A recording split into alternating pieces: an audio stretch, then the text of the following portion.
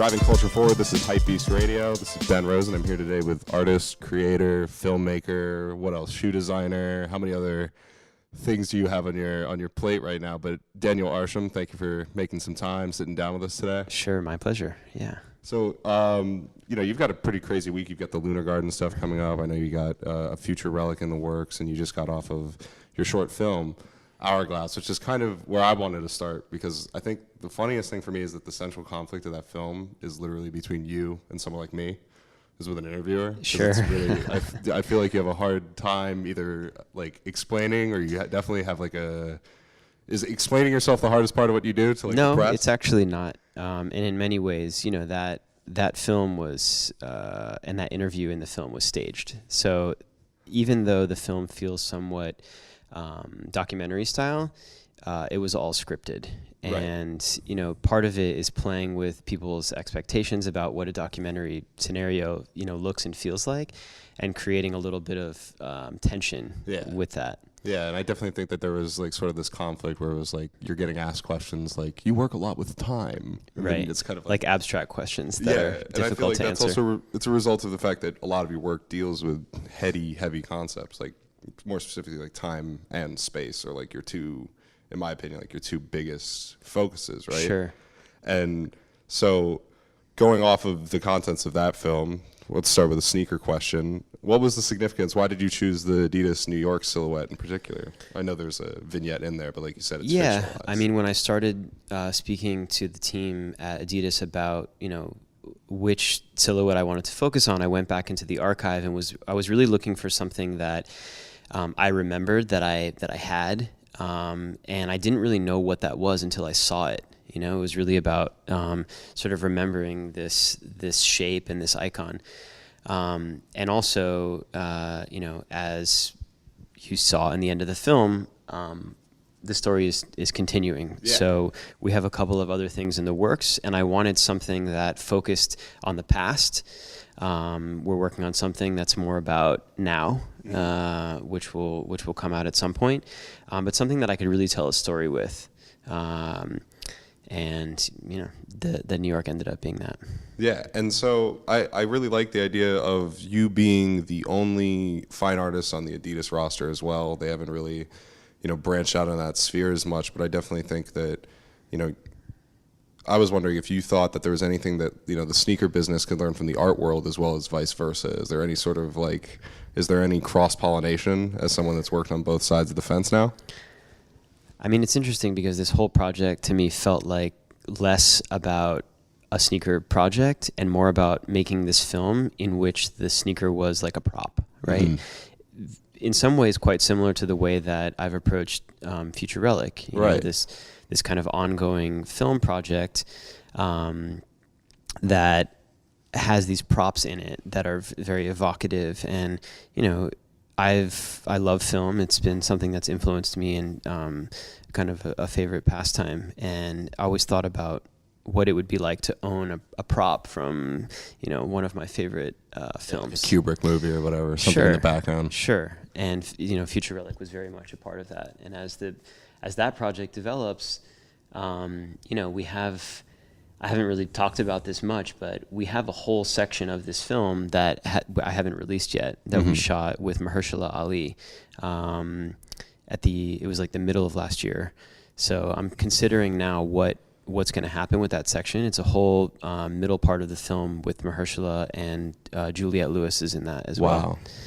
So we'll see. Maybe. And that's part of the Hourglass trilogy, or is that a Future Relic? No, that's part of Future Relic. Oh wow! Yeah. Okay, cool.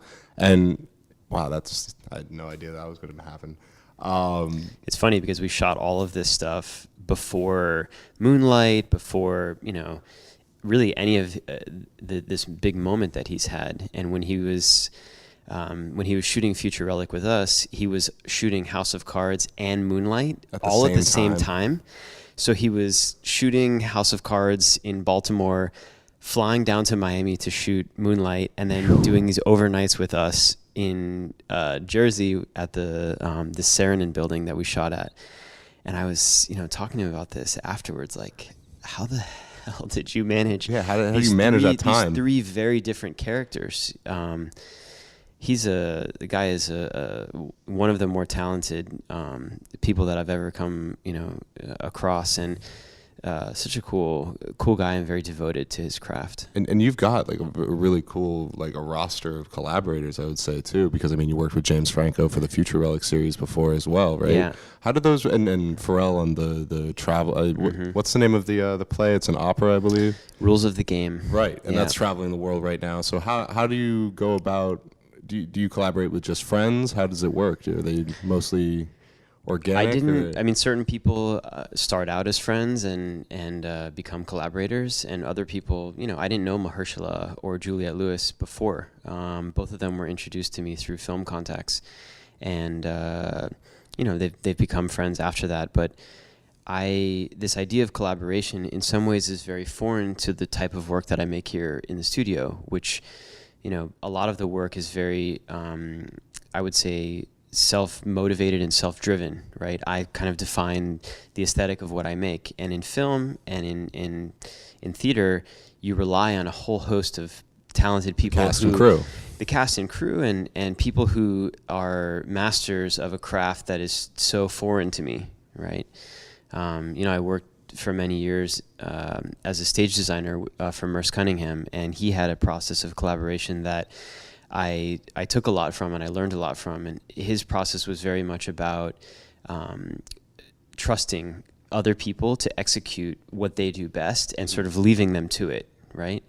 I wouldn't say that I do that exactly in all of the projects, but I try to work out and seek out the best people to execute parts of these visions. Yeah, I also think that one of the reasons why, like, when you collaborate with someone, it ends up being like kind of an event, is because this space, the studio that we're in, is sort of secretive, and you have cultivated this sort of like a cult of secrecy. Really, it's like the Future Relics are you unveil them, right, and then so much so that people kind of feverishly look in the background of your Instagram posts trying to find them, right? Yes. They've already figured out what the next one is. They cracked the case already? I haven't confirmed that they have. But there's someone in the Instagram have. comments? Oh, is that part of the fun? Like, do you like to tease things out? Is it deliberate, or is it just like people have a sharp eye? I think with Future Relic 6, and part of it, when Instagram stories started, I'll do that in the studio sometimes. I'm not always paying attention to what's in the background. Yeah. And it really was a kind of accident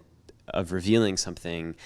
But, people piece together between the coordinates that are on the box, which is this kind of location of discovery, the weight and the size, and other sort of things that I've, inadvertently clued people into. They've discovered what they are. You've created a bunch of online Sherlock Holmeses, basically. Yes. And I enjoy that, and I'm sure, other people do. But even like friends of mine, they ask what it's going to be, and I haven't told anyone because it kind of spoils it for them. It's part of the fun. Yeah. Yeah, and it's part of the film rollouts have always kind of had that same sort of like, you'll know when it's time for you to know.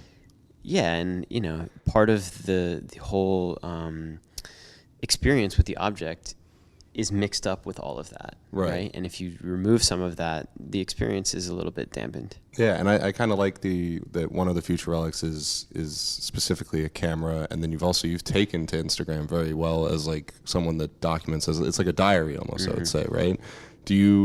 How would you describe your use of social media at this point? Like you said, like you have like fans that are combing through stuff and doing detective work, but how do you approach it? Do you see it as kind of a note-taking thing? Is it a diary, or is it a self-promotional tool? I think it's a window into what I'm thinking about. There are times that I'll post images that I've taken in my own photography, and a lot of it is obviously about my work. So I've also found it to be a very sort of efficient and elegant way to communicate with people who wouldn't otherwise see my work, right? They live in places that don't have museums or galleries, or maybe they just don't want to go to those places, and it makes the work a little bit more open to everyone. Yeah, and I think that, I went to the one that was in the Perrotin Gallery uptown earlier this year with the cave cavern. Of purple. Yeah, the cavern. That was incredible, and it's like it is one of those things that's like I guess the word is Instagrammable, because when you're in it, it's a space, it's colored in a certain way.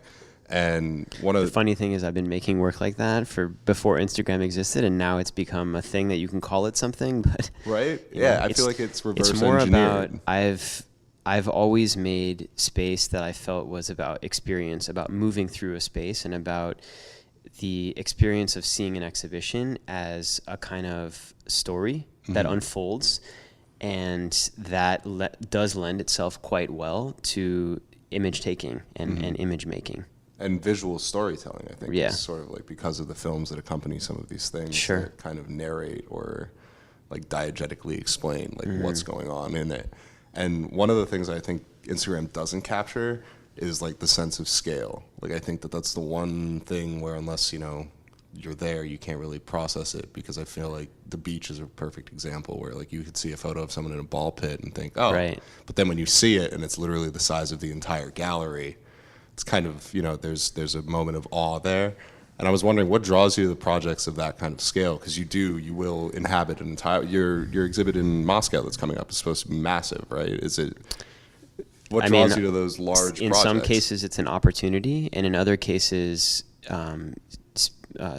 talking about the beach specifically, we know that a shift in scale outside of the everyday is something that can provoke awe and wonder. And when we're given an opportunity to create something, I'm often saying we need to make it that, but it needs to be, you know, on a much larger scale in order to have the impact. And, you know, even though the beach, the original one, was in a 10,000 square foot space, we added mirrors to the end of it to make it even that much, you know, the illusion of it that much larger. And I think, you know, one of the things that my work shares with Snarkitecture is this desire to make the everyday, make things that we're sort of used to, that we've seen before, sort of step outside of that and be magical and be playful. And we often lose that, right? Even though we're manipulating things that people already know, and they, you know, everyone's seen a ball pit before in the back of a fast food restaurant. But it's about the reduction in color and the scale. And you mentioned that, you know, there is sort of like a distinction between what you do in galleries and Snarkitecture, which is more of the commercial arm of things.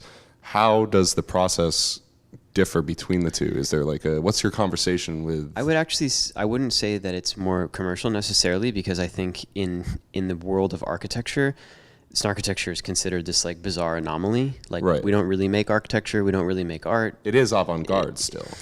It's impossible to place, right? Yeah. And I don't know whether this is a good thing or a bad thing, but I've always had the problem where, you know, in the art world, people think I'm an architect or filmmaker. In architecture, I'm an artist. And when I make film, they think I'm a visual artist. Yeah. And I don't really fit into any of these areas. Pigeonholes. But Snarkitecture, I would say, to distinguish it from my studio, I make things that don't have a specific meaning or purpose, right? Snarkitecture make things that have a function, or they have a utility behind them. And you may say that art does have a purpose or a function, but it's not specific. When Snarkitecture makes, you know, this coaster that we designed that's sitting here on the table, it's obvious what it's for, right?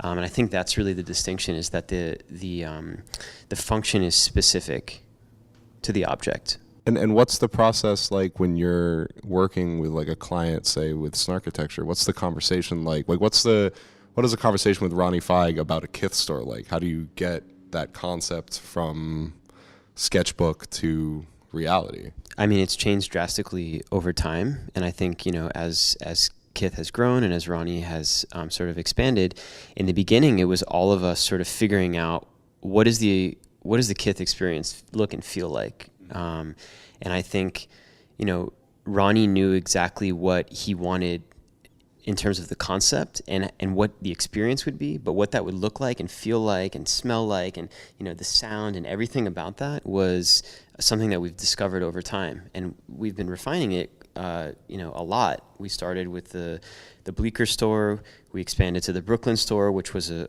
you know, much different experience. Treats was added there. We're working on a new project here, a massive project here for him in New York, and each time we're able to kind of, alter things that we didn't feel were entirely successful, or really just refine things and add new experience. He's one of the most, I would say, satisfying clients for me to work with. He's also a friend, obviously, but there are things that I will argue and say to him that I wouldn't to other people, to other clients, because I know, if I feel strongly about something, I'm going to, stand up and scream at him about it, and until he sort of either comes over to my side and says yes, or he essentially like succumbs to it. I think at a certain point he respects that we understand space and we understand experience about, architecture is really about the manipulation of experience in space.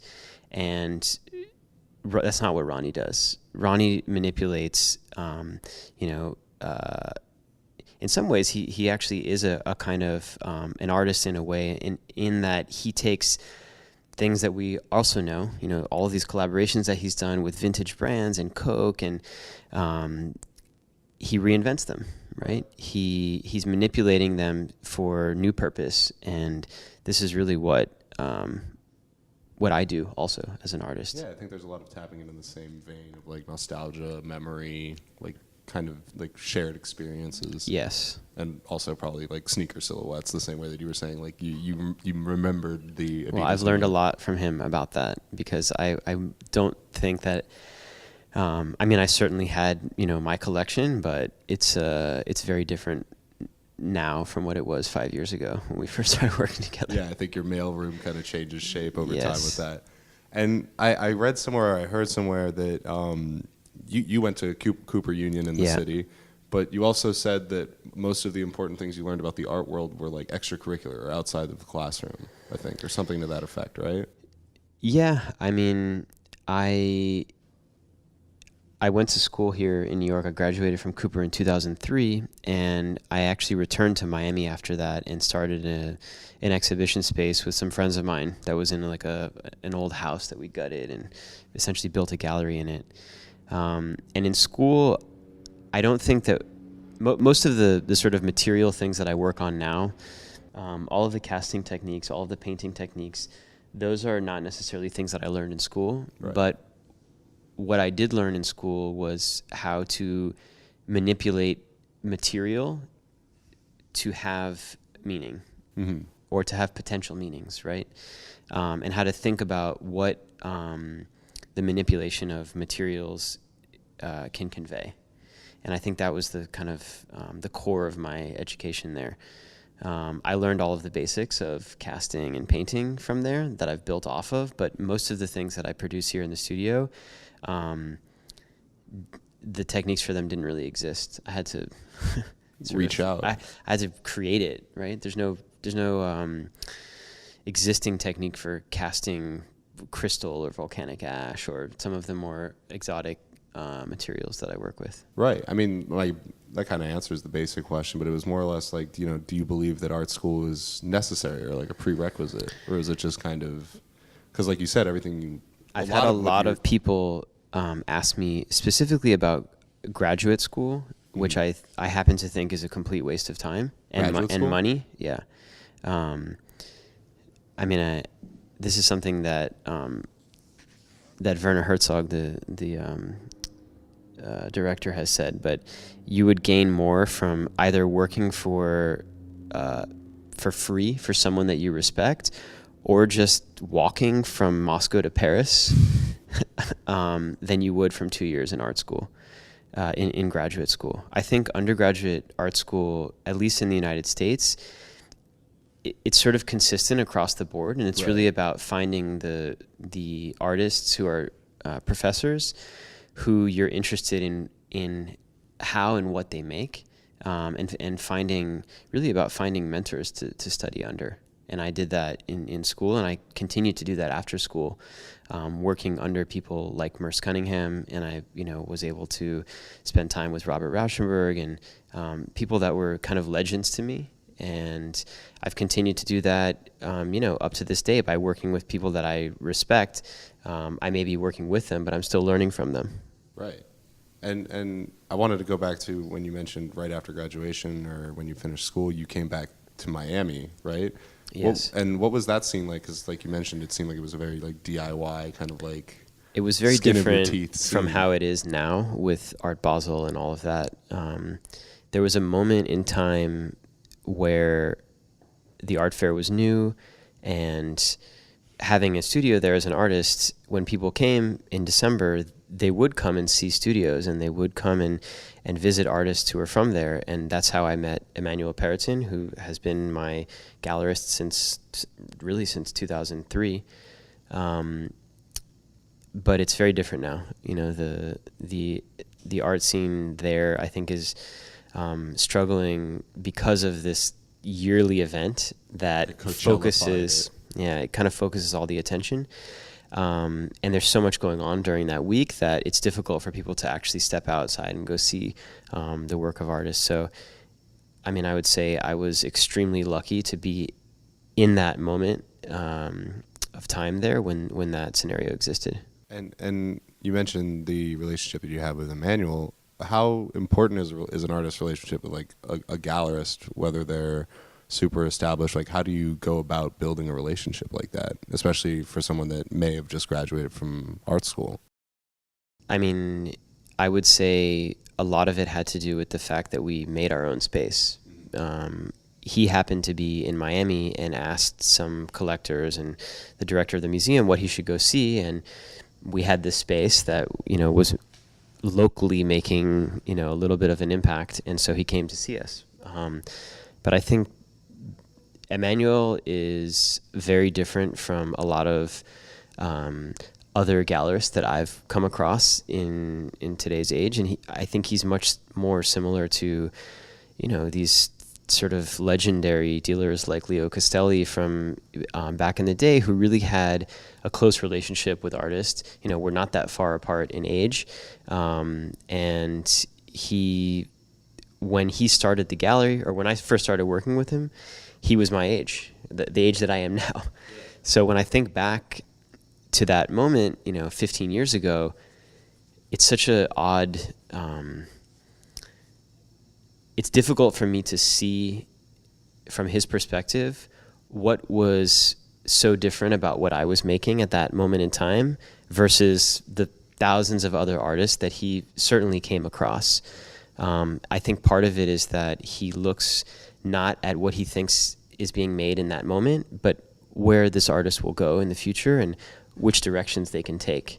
And at that point, he had already started working, he had been working for years with Takashi and Maurizio Catalan and these artists that at that moment in time were sort of defining what was happening globally. Yeah, especially in like a pop art sense, because I feel like I think Takashi's studio is not that far from here either, right? One of them, yeah. Yeah, I mean the New York branch is, I think, 3 blocks in one of these directions. It's close, yeah. Yeah, and it seems like that entire art community, like the pop art guys that are doing all of this now, are very closely knit, right? Do you have like a strong relationship with those guys, or is it? I mean, I know all of them. I think just getting back to the relationship with Emmanuel, part of the thing that is so important in the relationship with a dealer is about trusting them, right? To take the work to the right place, to support works when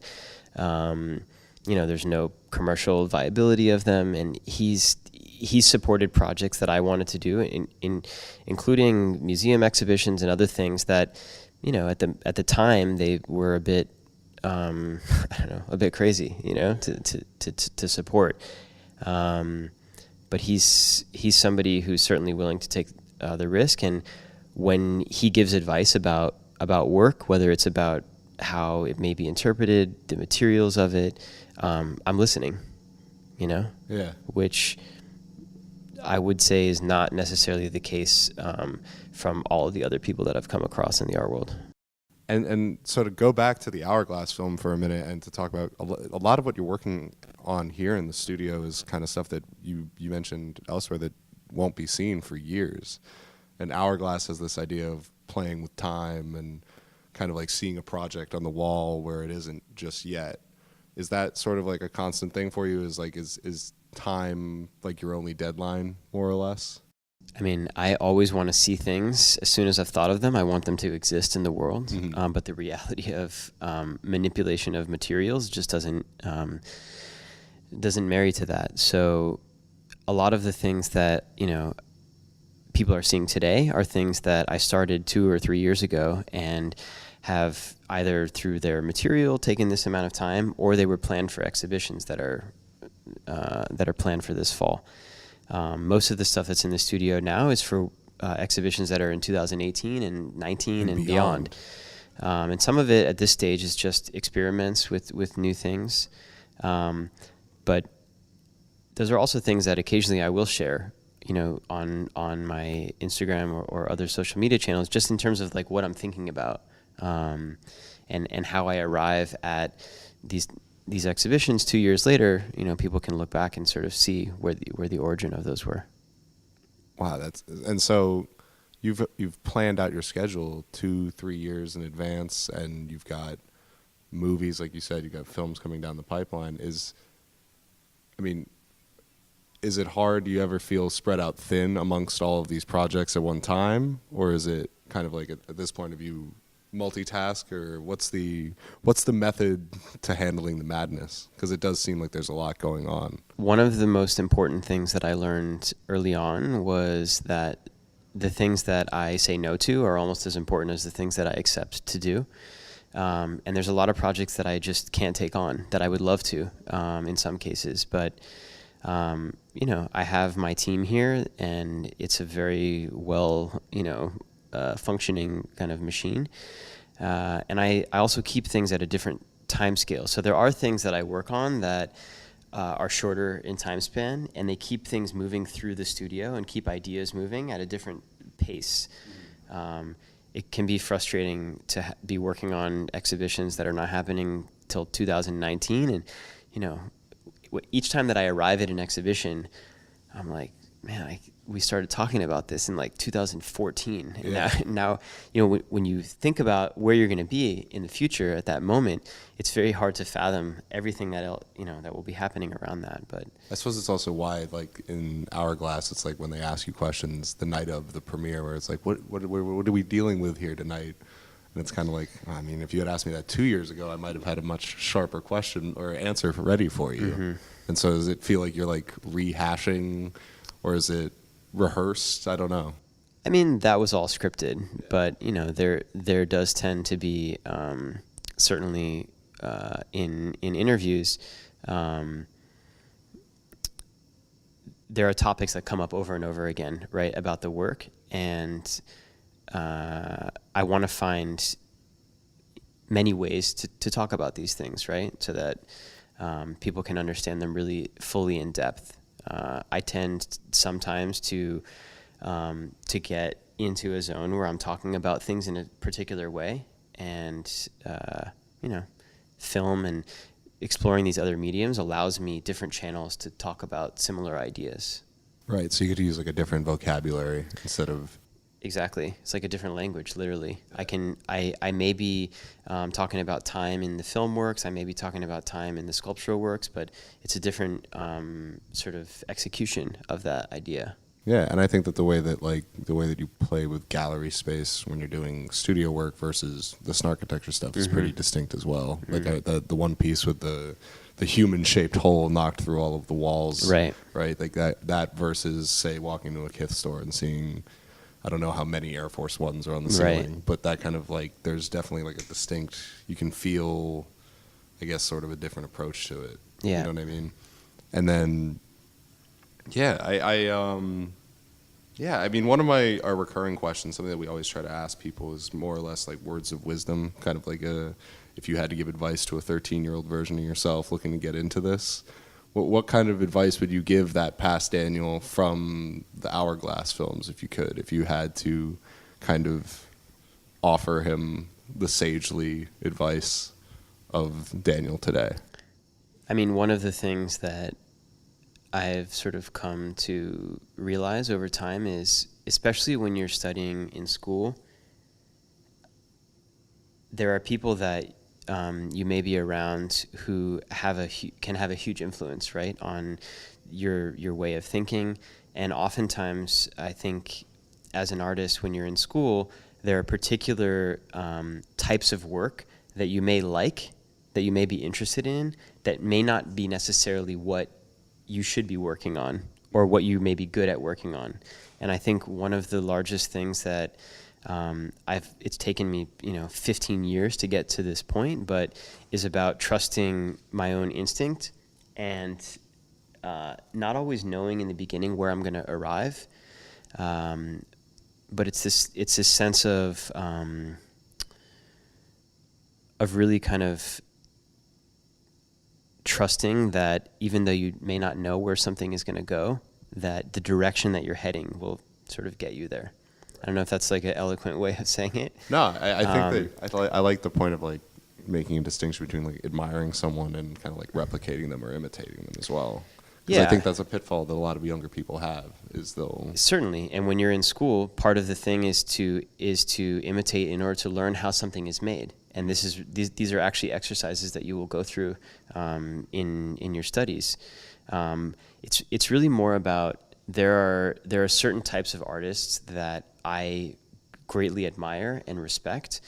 I could never make work like that. It doesn't fit into my way of thinking, and I think when you're developing the sort of direction that you're going to go, it's difficult in the beginning to distinguish between those two ideas. Yeah. Right? What you like and what you like and really what you can make. Right. Yeah. I think that's sort of what initially, I mean, it's funny, my first ever post written on HYPEBEAST was about a Future Relic announcement. Okay. Yeah. So it's like a weird full circle moment, but I think that one of the things that always struck me was that it's like, that's your rendition of a ready-made. Like, you didn't copy a ready-made, but you had to offer your take on what it was. Like, here's clearly something that has meaning to you both as a person and as an artist, but you did it through your own manufacturing process, like you said, through the use of semi-precious stone, and the end product is something that cannot be mistaken for, like, like a urinal that's set on its side. You know what I mean? Right. And there's got to be, I don't know, I always found that to be kind of like one of the more compelling things, was that you definitely did. You can see the DNA, you can see the lineage, but then there's like a genome split where you go off on your own. Yeah. It's tough to get there. And I think the difficult thing is there's not really any clear roadmap for it, right? You have to make it. Yeah. That's probably the strongest piece of advice to end on, actually, is just go make it. Make it, yeah. All right. Thank you so much, Dan. Yeah, my pleasure. Thank you. That was great. Absolutely. Hey.